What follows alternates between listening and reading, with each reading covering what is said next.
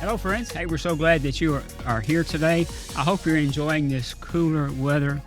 You know, the summer was slow about starting, but man, has it been slow about finishing. It's cooler outside. We're so glad that you have chosen to be with us. And in the studio, have Yvonne. Hey, Yvonne. Hey, how are you doing? I'm good. How are you doing today? I'm pretty good. Happy to be here. You know, I remember when we first met, I think you guys were living close to, at that time, Southwestern Assemblies of God University, right? Attending school there, right? So attending school there. So actually, you probably don't remember when we first met. I mean, you may. So I volunteered with Dallas Metro back in '96. My very first semester at Nelson University. So you got the name right. Yeah, I know, right? Pastor Kermit is President Kermit. I'm sorry, President Kermit is very, very excited about that today. And then in '99, I was finishing up school, Chris and I, and I started at Metro internship, and then I stayed for another 7, 8 years. A while, long time. Right? Yeah. So, and Chris, help me get the dates all straight here, because I remember Chris joined the military. Mm-hmm. And you guys were transferred to New York. Say it again? New York. Oh, I don't think I knew that. Really? What part of New York? Hudson Valley area. Okay. Really small base. They closed down there. So, kind of backstory. So, yes, when we met, Chris and I were married, and he had joined the Marines as a reservist. And then he decided eventually to go as an active duty. So he was stationed at the Fort Worth base as a reservist. Yes. Yeah. Okay. Carswell. Yeah. As a reservist. And then full-time, and when he went full-time, he was still there for a while. And about a year later, we got transferred to New York. Okay. And somewhere in that process, you guys made a big change in life. When you got the girls. Yes. Tell us about that. So I say Metro helped me become a mom, because it's true. That's how I met my girls as birth mom. I've got a medical condition. I always knew I wanted to adopt, and that was always the plan. And so actually it was a very crazy time in life, because when we got our oldest, Daniela, Chris I called him the day before he left for SEER school. And I brought her home, and she stayed with us, and stayed, and stayed, and eventually we adopted, and then we got Karina when Karina was 9 months old, and they are biological sisters. Wow! And yeah, I met their birth mom through Metro, and that's kind of the connection there. So their ages today are? They are 21 and 20. 21 and 20. Yep, both now, in school. Is Karina the one that's doing the film stuff? Is that right? Mm-hmm. Yeah, she's in UT Denton studying film. Okay. And she wants to be an editor. Is that correct? Yes. Yeah, there's someone in the studio today probably that we can talk to about what can happen as far as being editor now. And your other daughter, cosmetology, is that right? Yes. What part of that is she Hair. on hair? Okay. Mm-hmm. Okay. So you guys moved after you went to New York. Where did y'all end up after that? So, you and I had talked, and so we were I'm going to share kind of my story, and Chris's story, and the girls' story. And so when we went to New York, Chris had been having a lot of pain, and the doctors here just kept telling him it was nothing, that there was nothing going on. But when we got to New York, he got the diagnosis, and it was stage 4 colorectal cancer. And so from there, it was a very whirlwind. We had just... How old was he at that time? He was only 32. Which is unheard of to have that kind of disease at that age. Right, which is why they kept ignoring him. I understand. It's confusing. Yeah. He's too young. Yeah. But now they're realizing, that's why the recommendations have went down, because they're realizing there's more and more younger dealing with that. Yeah. And it's very treatable if you catch it early, and not very treatable if you don't. Mm. So it's a very whirlwind time for us that we had just moved to New York.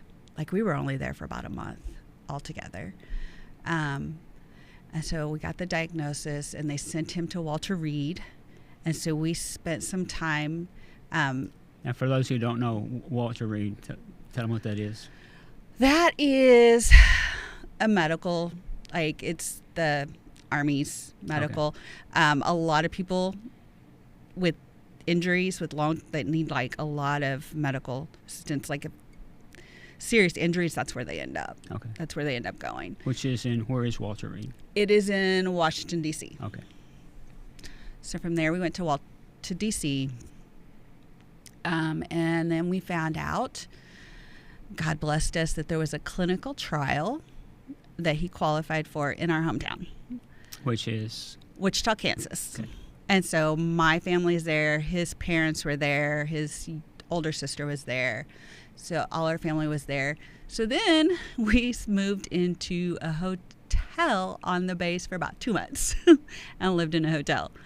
And while he started the in treatments. Wichita. Yeah, in Wichita, on the Air Force Banks there.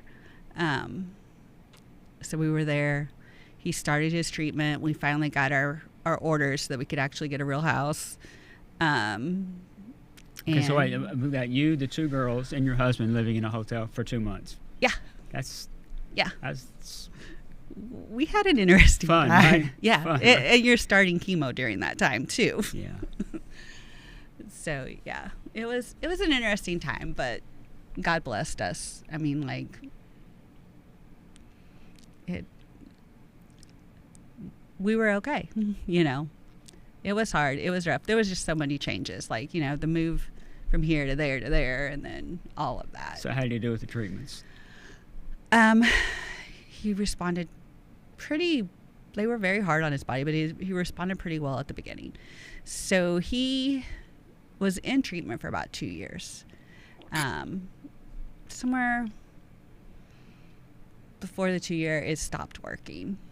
And that's unfortunately what happens with cancer. Eventually, sometimes if they can't clear it all up, then it stops working. But it kept it in check. And we were very blessed at that time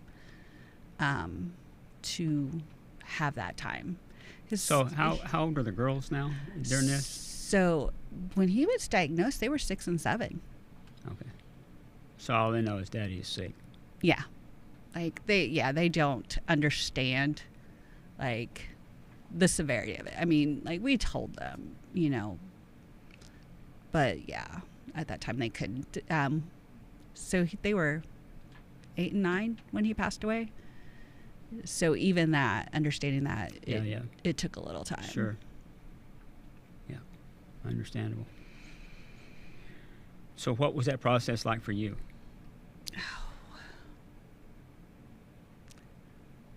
There's a lot of ups and downs. Yeah.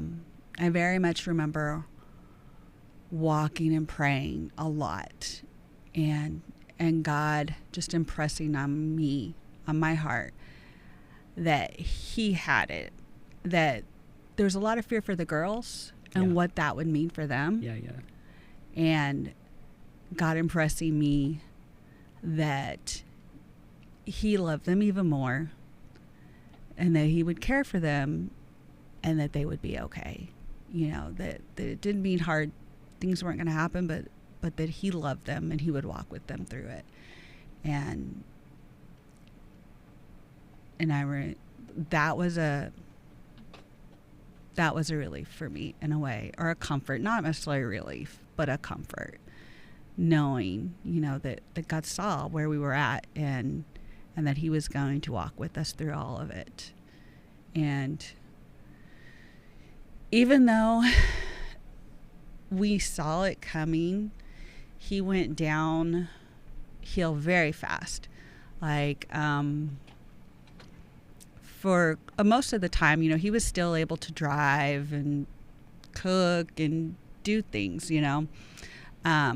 But when it stopped working, and when it really started to spread quickly. He went down within a matter of like 2 weeks. So that was very hard, seeing somebody that, you know, he was a Marine and also very smart and was proud of his, you know, intellect, and seeing all of that loss. That was hard, but there was a lot of walking and talking with God, and seeing the scriptures, you know, where God says that he's close to the brokenhearted, that he'll rescue the crushed in spirit. That I've never felt closer. I've never felt closer. As hard as it is, I appreciate that closeness. Would I want to go through it again? No. But I do appreciate that closeness that I felt with God. Yeah. So, how many years has that been now? Oh, it's been a while now. A while, yeah. It's been a while. It's been 12. And yet, do you still miss him today? I do. Yeah. I had a friend that his wife died very quickly from cancer. Same thing. When they first diagnosed it, they said she was going to be okay. She was young, maybe 36, and within 6 months she was gone. Mm-hmm.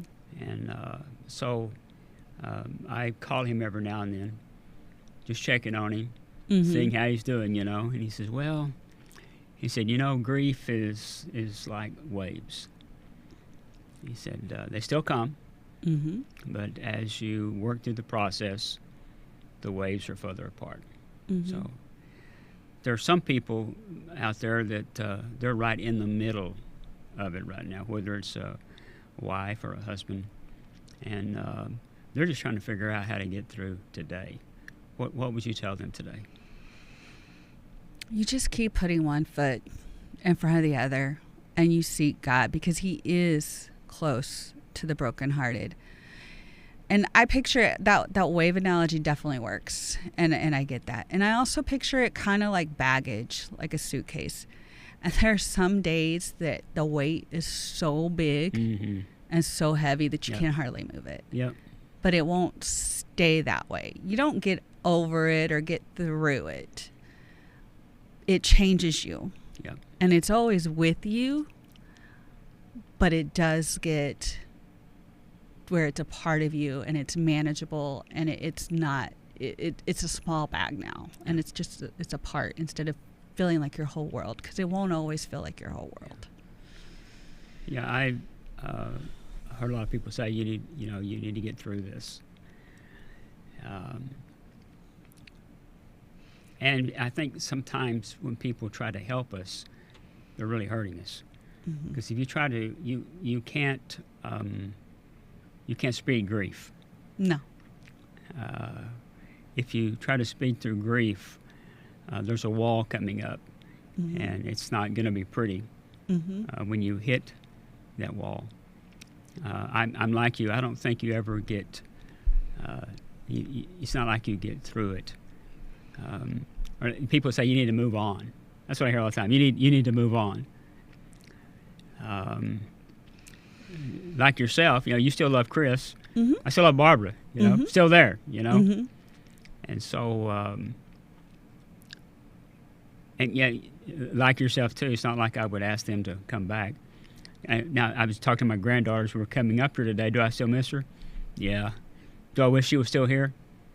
Yes. It's a selfish prayer, but I do wish that. But I never ask her to come back. Yeah. First off, like yourself, I watched her those last. It's tough. People, nobody really talks about that. They're tough days. They are tough days, and yet they're not just tough for you; they're tough for them too. Yes. They struggled, suffered. There's no way you would ask them to go through that stuff again. No. They're with the Lord.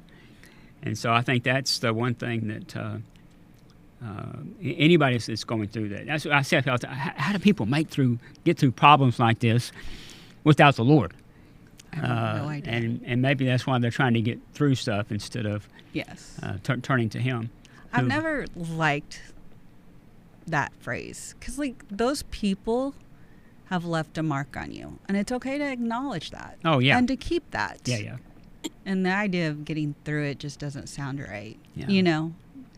Well, you've heard me say this. I've told people this for years. Barbara's a smart person in our family. So now that she's gone, nobody believed me until she was gone. They went, "Oh wow, she really was a smart person." I said, "I've been telling you that for years." So much of, and I'm not disqualifying what the Lord has done or is doing in my life, and yet at the same time, a lot of who I am is because of the imprint, as you said, the imprint that she had on me. I'll never forget that. So there are other husbands and or wives. They've just lost their significant other. Like I had a dear friend. He was 103. The funeral was last month. I've tried. His wife is 99.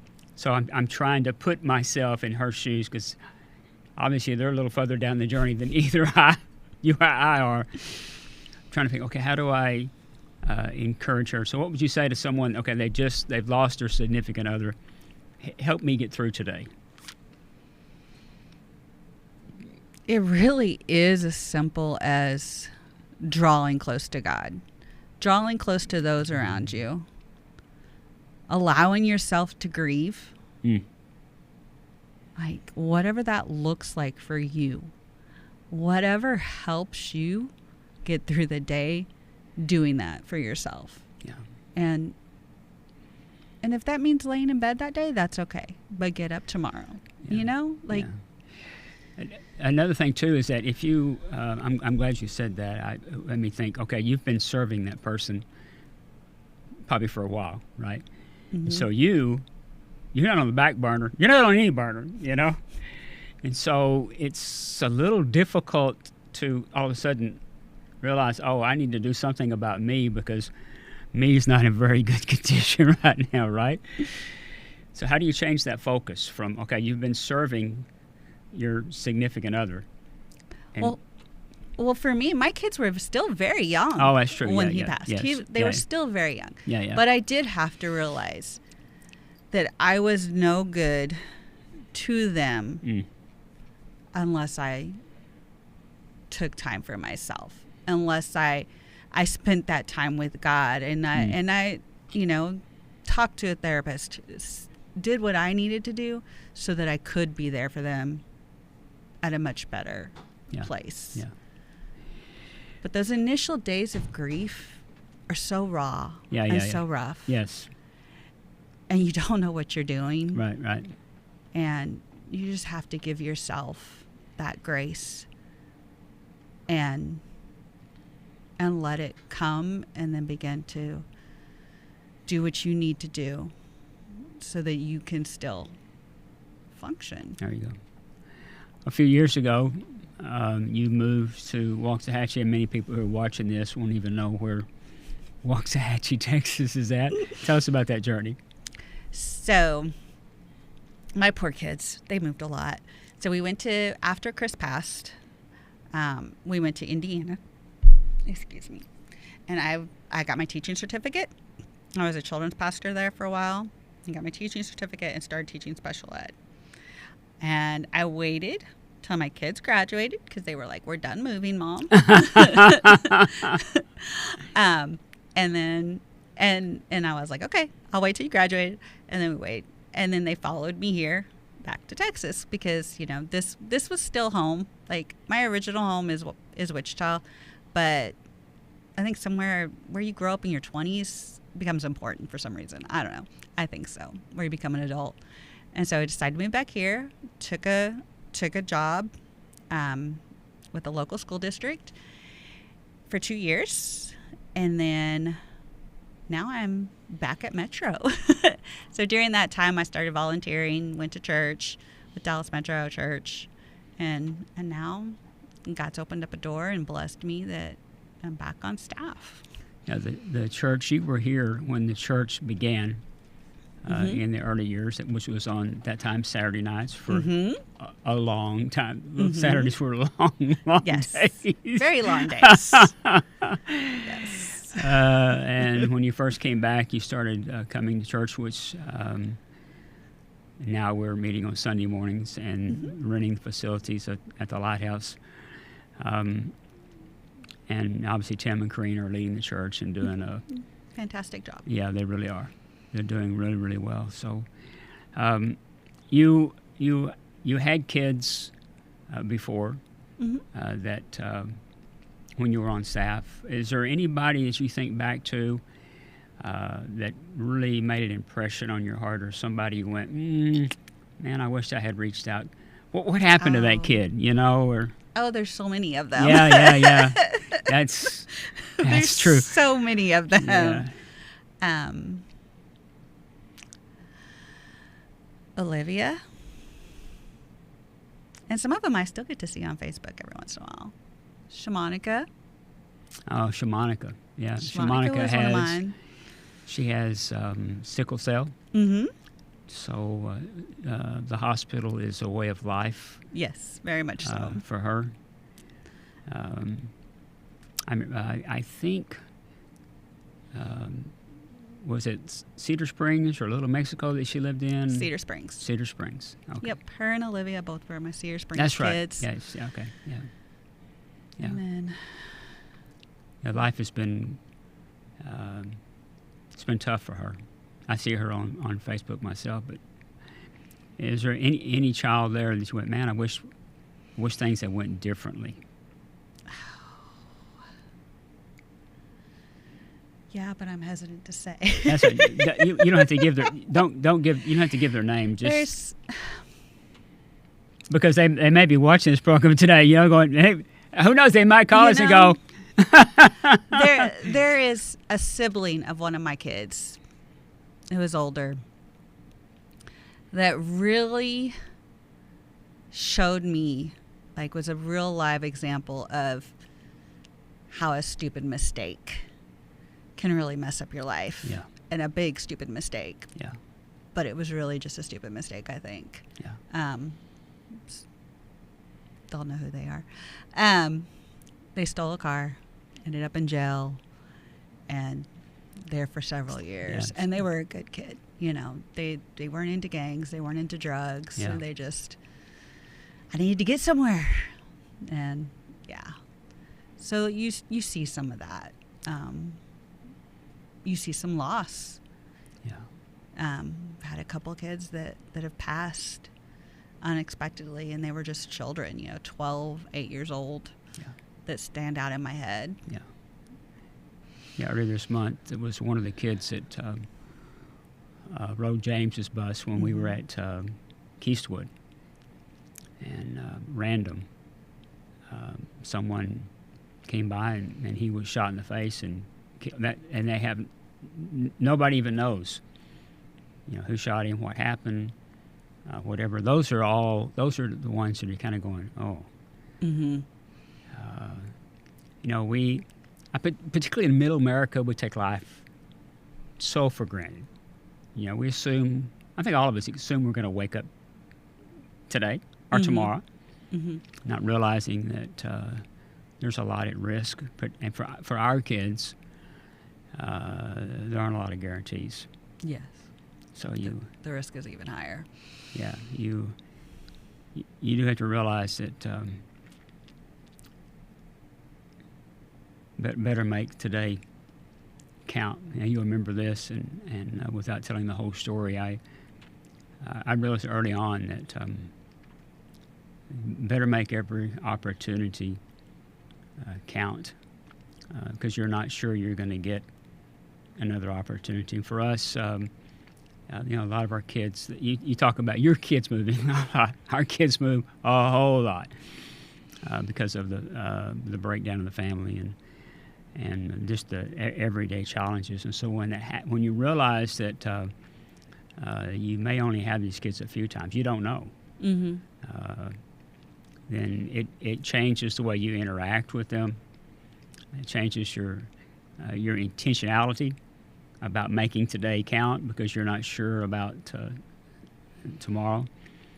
So, you know of our dream to build new facilities. You've seen the pictures, and obviously, I mean, you not only know this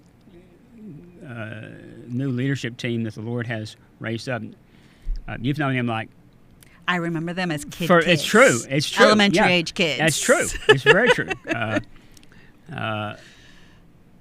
And you've been close friends with James for. Since he was 17. He was 17.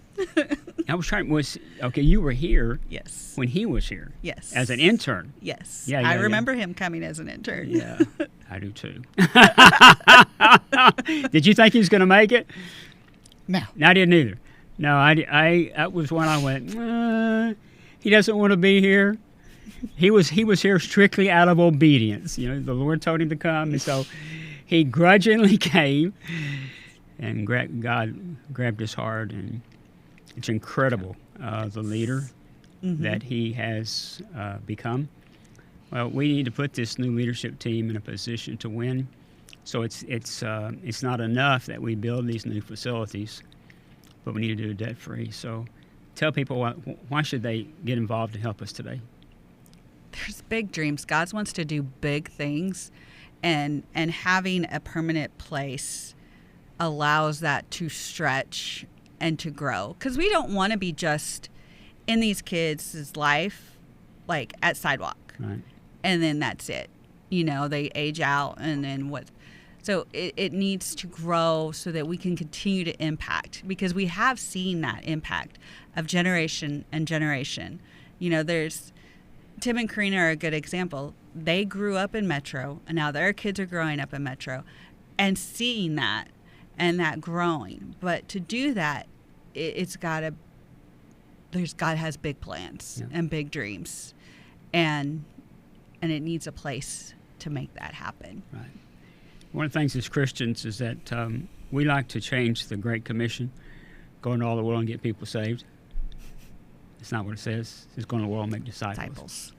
And so, as you know, how long does it take to make a disciple? A lifetime. Exactly. Lifetime. Yeah. So in order to do that, you need a place where they can come, which is why we planted the church. You know, the church wasn't in the original dream. We were going to partner with other churches. When that didn't happen, we realized, okay, if we really love them, then we have a responsibility to them to disciple them for a lifetime. As you said, if we're just doing sidewalk, or if we're just doing the bus ministry, well, then it's kind of like the foster care. You age out, you're on your own. No. Mm-hmm. That's not healthy for anybody, right? Mm-hmm. That's not healthy for foster kids. Well, it's not healthy for our kids either. So we need a center. We need a place where they can come as a family and grow in the Lord, whether it's on Tuesday nights. You know about the need for food. We are currently. Well, I feel kind of sad for Melinda. Melinda takes and cooks a meal and then takes it to the Lighthouse on Tuesday nights, just so our kids can have something to eat. Right. So that's even our goal on Saturdays. Our goal on Saturdays is feed the kids every week, because as you know, all the kids are on lunch, and if they get up in the morning, breakfast too at school. But that means on the weekends or at nights, they may or may not. Yeah, not so much. Kind of going back, I had another thought when we were talking about Sunday school. It's like Sunday school lays that foundation. Yep. But we don't want to stop at just the foundation. Exactly. Yeah. You know. Yeah. Well put. Good thought. Thank you. I'm so glad you joined us today. So glad the Lord brought you back into our lives. I could see His hand moving. Yeah. Yeah. Didn't expect it. Yeah. But this is where God has me. Thank you. Yeah. Hey, we're so glad that you joined with us today too. I hope you've enjoyed Yvonne's story. For those of you that if you're struggling with a loved one that's going through needing some long-term care, I hope you have been blessed, and I hope you heard what Yvonne said today. There is hope for you. God will He will be the God for you. He'll be with you every single step of the way. We're not saying that. That's not something because something we've read. It's because Yvonne and I, experienced we both it. have we have lived that journey, and just as He was faithful to us. The Bible says that He's not a respecter of persons, so He didn't do that because we're ministers. He did that because we're children, just like you're a child. So turn to Him today, trust Him. Find a group. If your church. If you're not involved in a church, I would encourage you, if you're in the Dallas area, be a part of Dallas Metro Church. You can look us up through Facebook or online.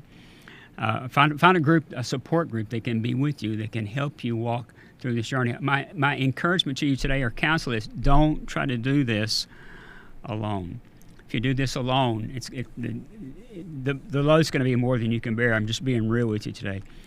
First and foremost, you need to trust the Lord. That's the first gift. And then secondly, you need to surround you with people, a support group that'll help you walk through this process. If you do that, you'll come through this. I'm not going to say you're not going to get beat up, but it won't kill you. The process won't kill you. It won't harden your heart. And so do that today, would you please? Also, hey, would you help us with this incredible dream that the Lord has given to us? You heard her talk about her and James. She's known James since he came as an intern a few years back. She has seen Karina and Tim, who have literally grown up in the ministry. She knows Chrissy very, very well, and what a great job Chrissy does leading our events. But this group of leaders, we got to put them in a position to win. A new building's not enough. We need a miracle, and we're believing that you can be a part of that miracle. So I'm asking you, go to our webpage, dallasmetro.org, click on All In, and click on What is All In. Then I'm asking you, would you prayerfully consider today making a 1-year commitment to help us build this facility absolutely debt-free? I'm believing you're going to help us today. God bless you, friends. See you next week. Bye-bye now.